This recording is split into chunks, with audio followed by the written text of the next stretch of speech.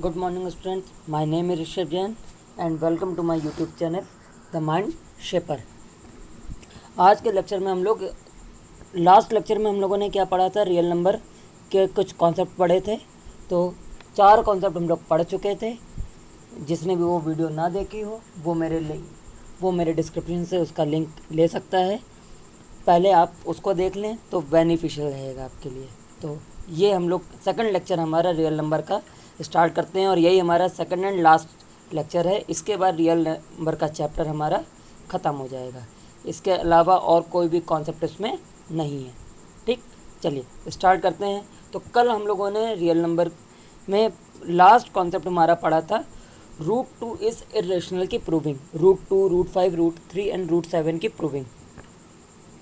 Hope है कि आपने क्वेश्चंस कर लिए होंगे। ठीक, मैंने आपसे वादा किया था कि जो क्वेश्चंस मैंने दिए हैं उसके आंसर्स आपको आज प्रोवाइड हो जाएंगे। तो इस वीडियो के लास्ट में आपको उसके आंसर भी, कल वाले क्वेश्चंस के आंसर सारे प्रोवाइड कर दिए जाएंगे। ठीक है, स्टार्ट करते हैं। तो हम लोगों ने कल प्रूविंग पढ़ी थी √2 की। आज हम लोग इसके सेकंड टाइप पे पढ़ते हैं। ठीक है, प्रूविंग के। तो अब अगर हमें 5 - √3 की इरेशनल प्रूविंग करनी है, अगर इस टाइप का हमारा क्वेश्चन आता है तो एज इट इज़ इसको जैसा हमारा क्वेश्चन सॉल्व मैंने किया है आपको वैसे ही इसको सॉल्व करना है। देखते हैं कैसे। ठीक, एक एक स्टेप बहुत ध्यान से समझते जाइएगा। हमने क्या लेट किया, लेट 5 - √3 इज़ रेशनल। 5 - √3 को हमने रेशनल लेट किया। अगर रेशनल नंबर लेट किया है that is 5 - √3 equal to a/b के इक्वल होगा।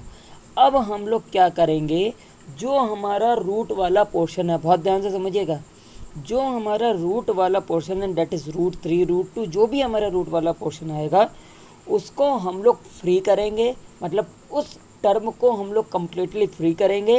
रूट वाले पोर्शन को हम लोग हमारे left hand side LHS side रखेंगे और बाकी सब जितना भी है वो हम लोग कहाँ ले जाएंगे, राइट हैंड साइड। ठीक, तो क्या किया हमने, 5 देखिए हमारी जगह पे था, माइनस का √3 राइट हैंड साइड जाकर √3 हो गया प्लस का, और a/b प्लस का इधर आके -a/b हो गया। अब चाहे हम लोग a = b लिखें या b = a लिखें, दोनों एक ही चीज़ है।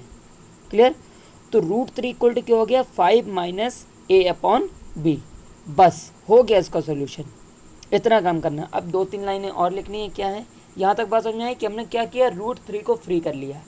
ठीक है, अब हम लोग क्या करेंगे कि a और b हमारे क्या हैं, इंटीजर्स हैं। a और b क्या है, हमारे इंटीजर्स हैं। अगर a and b are integers then 5 - a/b is rational. 5 - a/b क्या होगा, रेशनल। अगर ये रेशनल होगा, अगर राइट हैंड साइड रेशनल है तो हमारी लेफ्ट हैंड साइड भी क्या होगी, रेशनल होगी।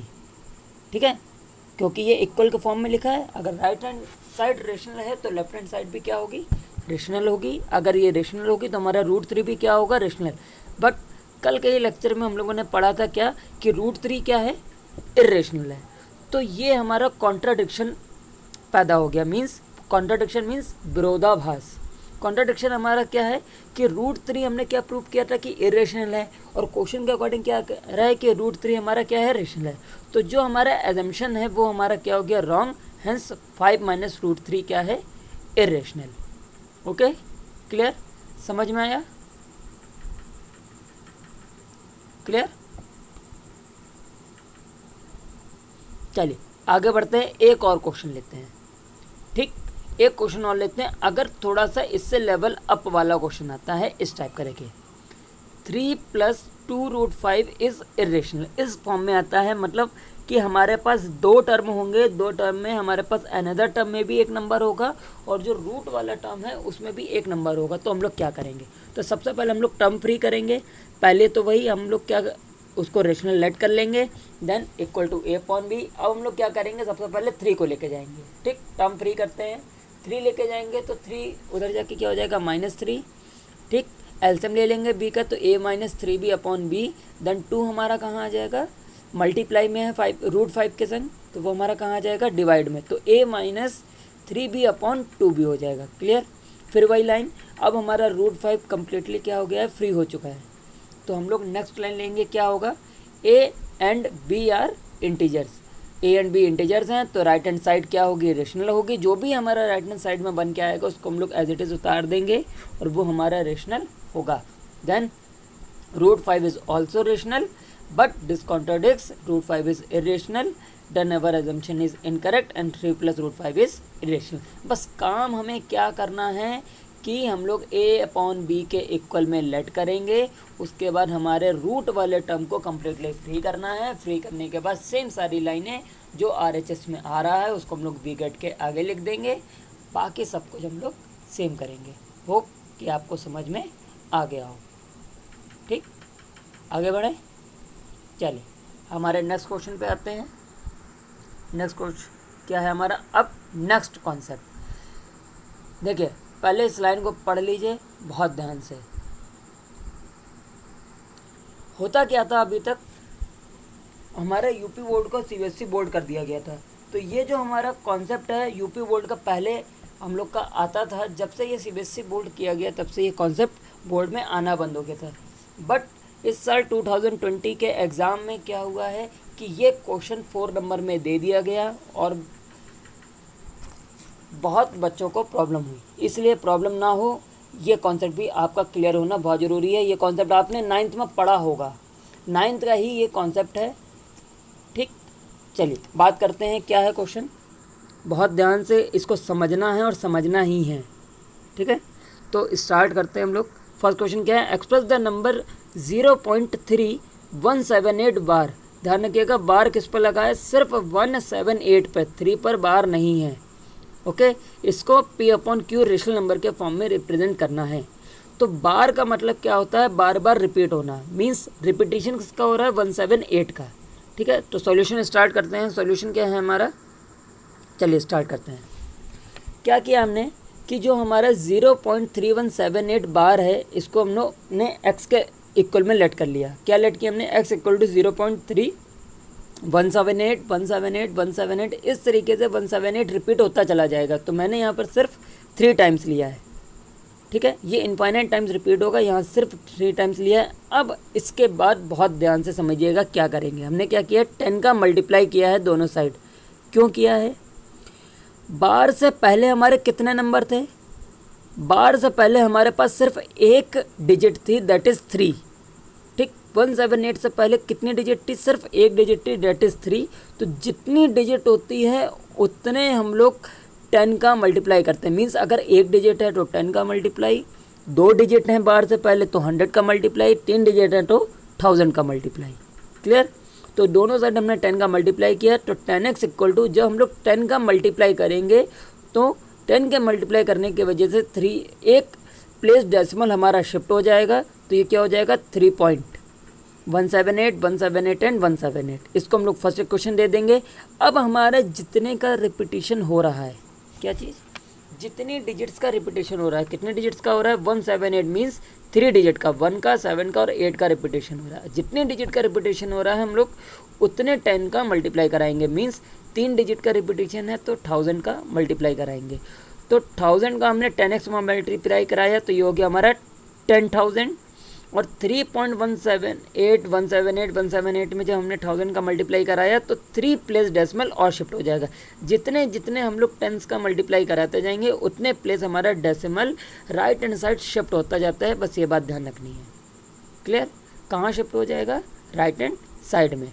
तो ये हमारा आंसर क्या आ गया, 3178.178 178। तो इसको हम लोग दे देंगे सेकंड इक्वेशन। ठीक है, अब हम लोग क्या करेंगे, सेकंड इक्वेशन में से फर्स्ट इक्वेशन को माइनस करेंगे। क्या करेंगे, सेकंड इक्वेशन में से फर्स्ट इक्वेशन को माइनस करेंगे। तो इस तरीके से हम लोग इसको सब्ट्रैक्ट करेंगे। क्लियर, 10,000 के नीचे हमारा क्या आएगा, 10x और 317.178 के नीचे क्या आएगा, 3.178। ये तो आपको पता ही होगा कि डेसिमल के नीचे डेसिमल आता है। क्लियर, जब हम लोग इसको माइनस करेंगे तो ये हमारा रिजल्ट आएगा और x की वैल्यू क्या आ जाएगी, 3175/9990। ये आप लोग माइनस करके देख लीजिएगा। अच्छा, डेसिमल के आगे हमारे पास डिजिट क्या रिपीट हो रही थी, 178 178। तो वो सारी की सारी डिजिट क्या हो जाएंगी, 0 हो जाएंगी। तो 0 का कोई भी मतलब नहीं होता है डेसिमल के बाद, तो वो हमारा रिमूव हो जाएगा। आफ्टर डैट हमारी x की वैल्यू क्या आ जाएगी, 635/1998। और यही हमारा 0.3178 बार के आंसर है। और इसी तरीके से आपको पूरा का पूरा आंसर लिखना है, इसी तरीके से आपको पूरा सॉल्यूशन करना है। क्लियर? ऐसा ही सॉल्यूशन आपका होगा, पूरा as it is same solution आपको सॉल्व करना है। ठीक, चलिए एक क्वेश्चन और लेते हैं कॉन्सेप्ट समझाने के लिए। ये सेकंड टाइप का सबसे इजी और नॉर्मल है। यहाँ क्या है, 0.9 बार को हम लोग रेशनल नंबर के फॉर्म में कन्वर्ट करना है। क्लियर? तो हमारे पास अब रिपीटिशन कितने डिजिट्स का हो रहा है, सिर्फ एक डिजिट का, डेट इज 9 का रिपीटिशन हो रहा है। तो हम लोग x को लेट कर लेंगे क्या, 0.99999 और ये इनफाइनाइट टाइम चलता जाएगा। अब सिर्फ 1 डिजिट का रिपीटिशन है, तो हम लोग पहले कितने का मल्टीप्लाई कराएंगे, 10 का। जब 10 का मल्टीप्लाई कराएंगे तो 10x equal to 1 plus decimal shift हो जाएगा, और शिफ्ट होने के बाद ये क्या बन जाएगा, 9.99999। अब इसको हम लोग ब्रेक कराएंगे, दैट इज़ 9 प्लस 0.999, और 0.9999 हम लोग ने क्या लेट किया था, x। तो इसको जब हम लोगों ने x लेट किया था तो वो हमारा यहाँ पर रिप्लेस हो जाएगा x। क्लियर? अब नेक्स्ट स्टेप में ये x हमारा कहाँ चला जाएगा, लेफ्ट हैंड साइड। तो 10x minus X is 9x equal to 9। x का संग 9 किस में, मल्टीप्लाई में, तो डिवाइड में आके x इक्वल टू 9/9। तो x की वैल्यू आ जाएगी 1, मीन्स 0.9 बार की वैल्यू क्या होगी, 1। क्लियर? समझ में आया?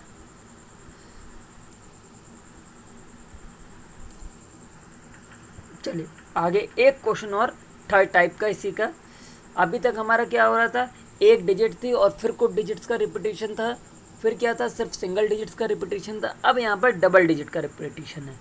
तो जो पहले वाले क्वेश्चन में हमने कॉन्सेप्ट समझाया था वही सेम कॉन्सेप्ट यहाँ पर, जो सेकंड वाले क्वेश्चन में कॉन्सेप्ट समझाया था 1 डिजिट के रिपीटिशन में, वही सेम यहाँ पर लगेगा 2 डिजिट के रिपीटिशन में। क्या किया हमने, x इक्वल टू 0.363636 को हम लोगों ने लेट कर लिया x के इक्वल में। अब 2 डिजिट का रिपीटिशन है तो हम लोग 100 का मल्टीप्लाई कराएंगे, date is 100x equal to, जब 100 का मल्टीप्लाई कराएंगे तो क्या होगा, 2 डिजिट डेसिमल हमारा शिफ्ट हो जाएगा, डेट इज 36.3636। क्लियर? अब 36.3636 को ब्रेक कराएंगे तो 36 प्लस 0.3636 और 0.3636 क्या है हमारा, x के इक्विवेलेंट है, तो वो x से रिप्लेस हो जाएगा। तो 100 minus X that is 99x equal to 36 and x equal to this. तो इसका 0.36 बार की वैल्यू आ जाएगी 4/11। क्लियर? समझ में आ गया? चलिए आगे बढ़ते हैं नेक्स्ट हमारे कॉन्सेप्ट पे। अब हमारा अच्छा, ये कुछ क्वेश्चन दिए हुए हैं जिसको P/Q के फॉर्म में सेम हमें कन्वर्ट करना है। तो इसके आगे मैंने इसके आंसर लिख दिए हैं, आपको इसको कन्वर्ट करना है। जो हमारा फर्स्ट क्वेश्चन है वो सेकंड क्वेश्चन के अकॉर्डिंग है, जो सेकंड क्वेश्चन है वो थर्ड क्वेश्चन के अकॉर्डिंग है, और जो हमारा थर्ड क्वेश्चन है वो भी इसी कॉन्सेप्ट के अकॉर्डिंग हमारा सेम तीनों क्वेश्चन है। ठीक, इन तीनों क्वेश्चन में सेम कॉन्सेप्ट हमारे लगेंगे। पहले में 1 डिजिट का रिपीटिशन है, सेकंड जो हमारा है वो फर्स्ट कॉन्सेप्ट के अकॉर्डिंग है कि पहले 4 हमारा जाएगा 10 का मल्टीप्लाई होके, उसको हम लोग फर्स्ट इक्वेशन लेट करेंगे, और फिर से हम लोग 10 का मल्टीप्लाई कराएंगे तो 7 और इधर आ जाएगा, उसको हम लोग सेकंड इक्वेशन लेट करेंगे। ओके, फर्स्ट क्वेश्चन हमारा सेकंड कॉन्सेप्ट के अकॉर्डिंग है, सेकंड क्वेश्चन हमारा फर्स्ट कॉन्सेप्ट के अकॉर्डिंग है। ठीक, और थर्ड हमारा सेकंड के अकॉर्डिंग है। ठीक है, ये आपको सॉल्व करने हैं। अब इसके बाद हम लोग अपने नेक्स्ट कॉन्सेप्ट पे बढ़ते हैं। अब हमारा नेक्स्ट कॉन्सेप्ट है टर्मिनेटिंग एंड नॉन टर्मिनेटिंग। क्या है concept? Terminating and non terminating. Clear? अब हमारे पास टर्मिनेटिंग और नॉन टर्मिनेटिंग कैसे हम लोग पहचानेंगे, सबसे पहली बात। ठीक है, तो मैं एक्सप्लेन करता जा रहा हूँ। एक्सप्लेनेशन के बाद आपको समझने के लिए मैंने यहाँ पर नीचे कुछ इसका डिस्क्रिप्शन फॉर्म भी दे दिया है, ये रहा। ठीक, जिससे आपको समझने में आसानी रहेगी। क्लियर? तो पहले चलिए समझते हैं क्या है हमारा टर्मिनेटिंग एंड नॉन टर्मिनेटिंग। जैसे हमारा क्वेश्चन दिया हुआ है 13/3125। ठीक, क्या है क्वेश्चन? 13/3125। ये हमारा क्वेश्चन है ये हमारा एक रेशनल नंबर है, इसको हमें चेक करना है कि ये टर्मिनेटिंग है कि नॉन टर्मिनेटिंग। तो सबसे पहले हम लोग क्या करेंगे कि जो हमारा डिनोमिनेटर होता है, क्या चीज़, जो हमारा डिनोमिनेटर होता है उसका हम लोग प्राइम फैक्टराइजेशन कराएंगे। क्या कराएंगे? Prime factorization. तो 3125 का प्राइम फैक्टराइजेशन आपके सामने है। तो ये हमारा क्या आया? 5 की पावर 5। ये तो पता ही है इंडिसेस के अकॉर्डिंग जितने मल्टीप्लाइज में होता है, जो अभी लास्ट लेक्चर में आपने पढ़ा था, पिछले वाले लेक्चर में, कि हम लोग पावर के फॉर्म में सारे मल्टीप्लाइज लिखते हैं। ठीक, तो 5 के पावर 5। ठीक, तो इसका आंसर क्या होगा? टर्मिनेटिंग। अब ये टर्मिनेटिंग कैसे हुआ? तो टर्मिनेटिंग हमारा कॉन्सेप्ट ये कहता है कि अगर डिनोमिनेटर 2 की पावर n इंटू 5 की पावर n के फॉर्म में है, मतलब 2 की पावर के फॉर्म में डिनोमिनेटर है या 5 की पावर के फॉर्म में डिनोमिनेटर है, या फिर डिनोमिनेटर में 2 और 5 दोनों आ रहे हैं। फिर से समझिएगा, डिनोमिनेटर में अगर 2 और 5 डिजिट आ रही है, या तो 2 या तो 5 या फिर 2 और 5 दोनों, तो वो रेशनल नंबर हमारा क्या होगा? टर्मिनेटिंग। अदरवाइज अगर कोई और हमारी डिजिट आ रही है 3,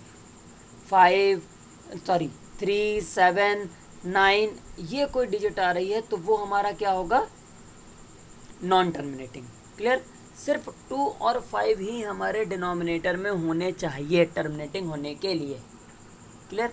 एक क्वेश्चन और, जैसे 64/455 है। अब 455 हमारा क्या है? डिनोमिनेटर में है, तो इसका हम लोगों ने फैक्टर किया, तो फैक्टर क्या आया? 5 इंटू 7 इंटू 13। तो 5 तो आ रहा है, लेकिन 5 की संख्या क्या आ रहा है? 7 और 13 भी आ रहा है। तो ये हमारा कॉन्सेप्ट को वेरीफाइड नहीं कर रहा है, इसलिए ये हमारा रेशनल नंबर क्या होगा? Non terminating.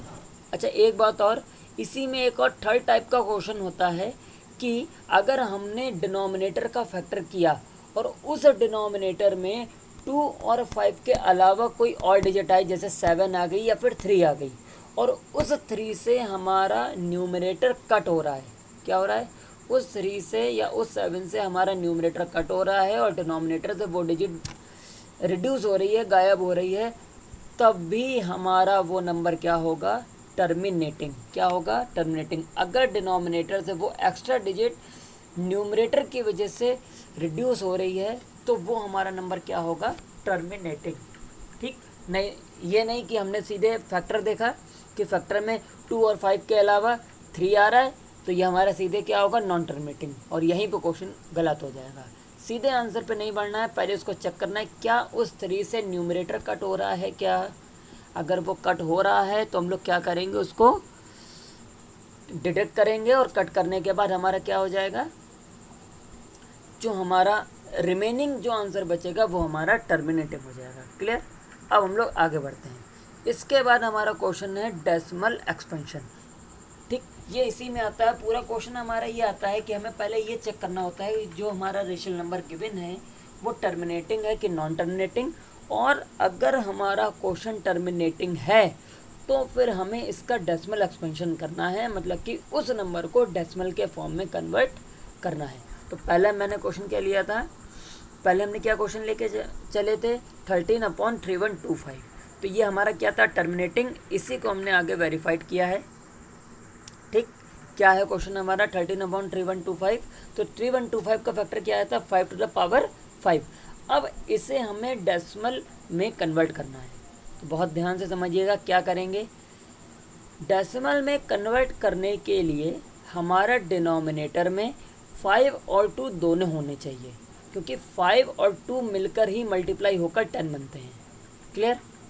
5 2 ज़ा 10 होता है, तो डिनोमिनेटर में 5 और 2 दोनों होने चाहिए। अगर 2 है 5 नहीं है तो हम लोग 5 का मल्टीप्लाई कराएंगे, 5 है और 2 नहीं है तो हम लोग 2 का मल्टीप्लाई कराएंगे, और उसको हमें 10 बनाना है। उसके लिए सबसे इम्पोर्टेंट बात ये बात ध्यान रखनी है, जितनी हमारी हाईएस्ट पावर होगी 5 में या 2 में, उतनी ही हाईएस्ट पावर से वो वैल्यू हमारी मल्टीप्लाई होगी। क्लियर? तो हमारे पास फैक्टर क्या आया था? 13/5 टू द पावर 5, ये हमारा फैक्टर आया था। तो 5 की पावर कितनी थी? 5। इसको 10 बनाने के लिए हमने न्यूमरेटर और डिनोमिनेटर दोनों में कितने का मल्टीप्लाई कराया? 2 टू द पावर 5 का मल्टीप्लाई कराया। क्लियर? टू की पावर 5 का अगर हम लोग डिनोमिनेटर में मल्टीप्लाई करा रहे हैं तो हम लोग न्यूमरेटर में भी मल्टीप्लाई कराएंगे। ठीक, जब ये हम लोग मल्टीप्लाई कराएंगे तो इंडिसेस के अकॉर्डिंग, ये देखिए साइड में लिख रखा है मैंने, अगर बेस डिफरेंट है और पावर सेम है तो पावर सेम रहती है और बेसिस का मल्टीप्लाई हो जाता है। ठीक, इसी तरीके से 5 हमारी पावर सेम रही और 5 टू ज़ 10 हो गया, तो ये हमारा डिनोमिनेटर में क्या आ गया 10 टू द पावर 5 और न्यूमरेटर मल्टीप्लाई कराया तो ये आ गया 416।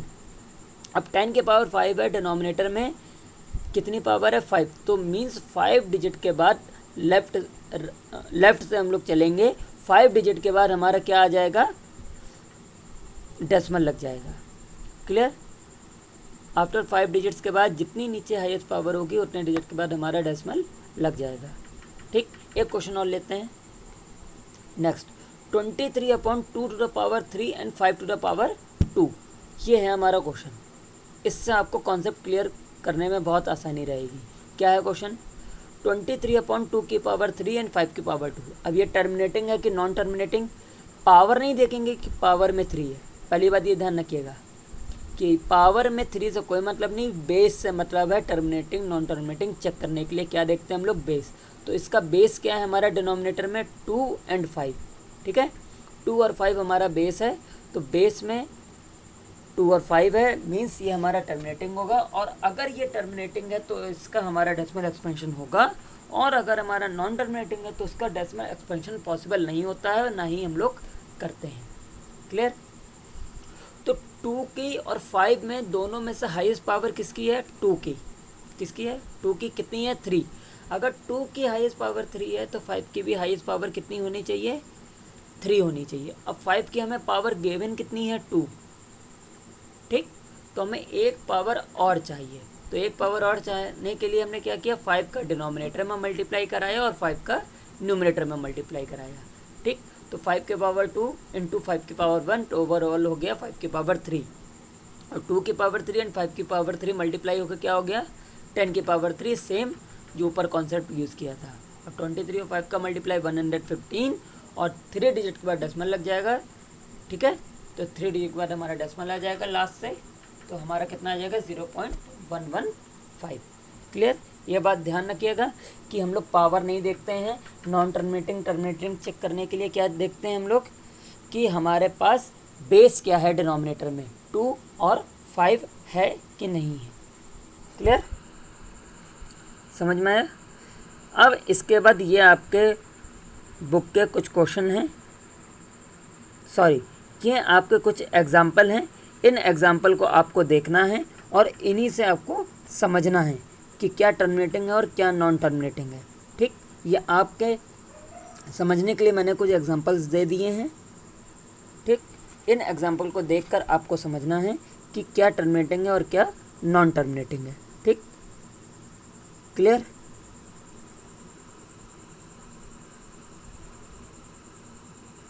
चलिए आगे बढ़ें।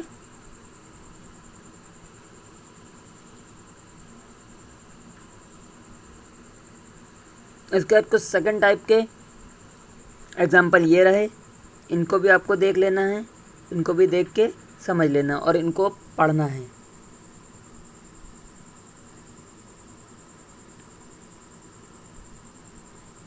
अगर किसी को भी इस पीडीएफ की आवश्यकता हो, ज़रूरत हो, तो मैं डिस्क्रिप्शन में अपना व्हाट्सएप नंबर दे दूंगा। आप व्हाट्सएप पे मेरे से कांटेक्ट कर सकते हैं और इस पीडीएफ को फाइंड आउट कर सकते हैं।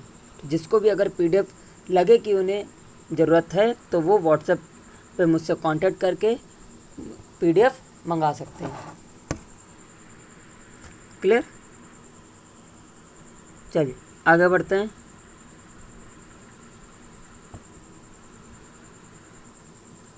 ये आपके कुछ क्वेश्चन हैं बुक के। ठीक, जो टिक लगे हैं बस आपको वही क्वेश्चन सॉल्व करने हैं। √5 की प्रूविंग कल हो चुकी है।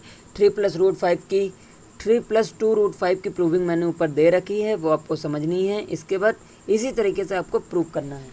1/√2, 7√5, 6 + √2, इन तीनों की प्रूविंग क्या करना है कि हमें रूट को फ्री करना है, रूट वाले टर्म को हमें अलग रखना है, बाकी सब कुछ हम लोग सेकंड साइड ले जाएंगे और हमारा क्वेश्चन सॉल्व हो जाएगा। इसके बाद क्वेश्चन नंबर 4 में हमें क्या करना है पहले तो इन सारे के सारे जितने ये 10 क्वेश्चंस हैं इन सब के डिनोमिनेटर के प्राइम फैक्टर करके हमें ये चेक करना है कि ये टर्मिनेटिंग है कि नॉन टर्मिनेटिंग है।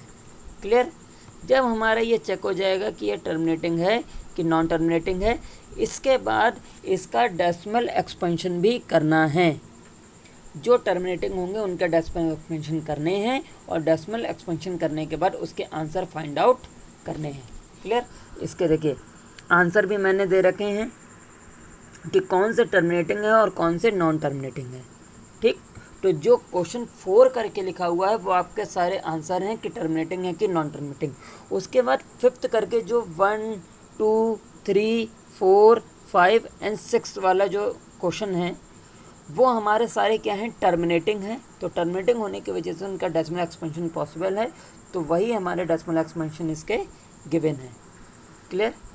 ये आपको सॉल्व करने हैं या इसका आपका काम है। चलिए, इसके बाद मैंने आपसे क्या कहा था कि आपको जो कल मैंने लेक्चर पढ़ाया था उसके जो क्वेश्चन दिए थे उसके आंसर आपको प्रोवाइड हो जाएंगे। तो ये रहे उसके आंसर, आप नोट कर लें या स्क्रीनशॉट ले लें, जैसे भी आपको करना हो। और आज आपके लेक्चर में इतना ही। यहाँ से आपका रियल नंबर ख़त्म होता है। कल से हम लोग नए टॉपिक पे नया टॉपिक स्टार्ट करेंगे। ठीक? Clear? Okay, thank you so much students.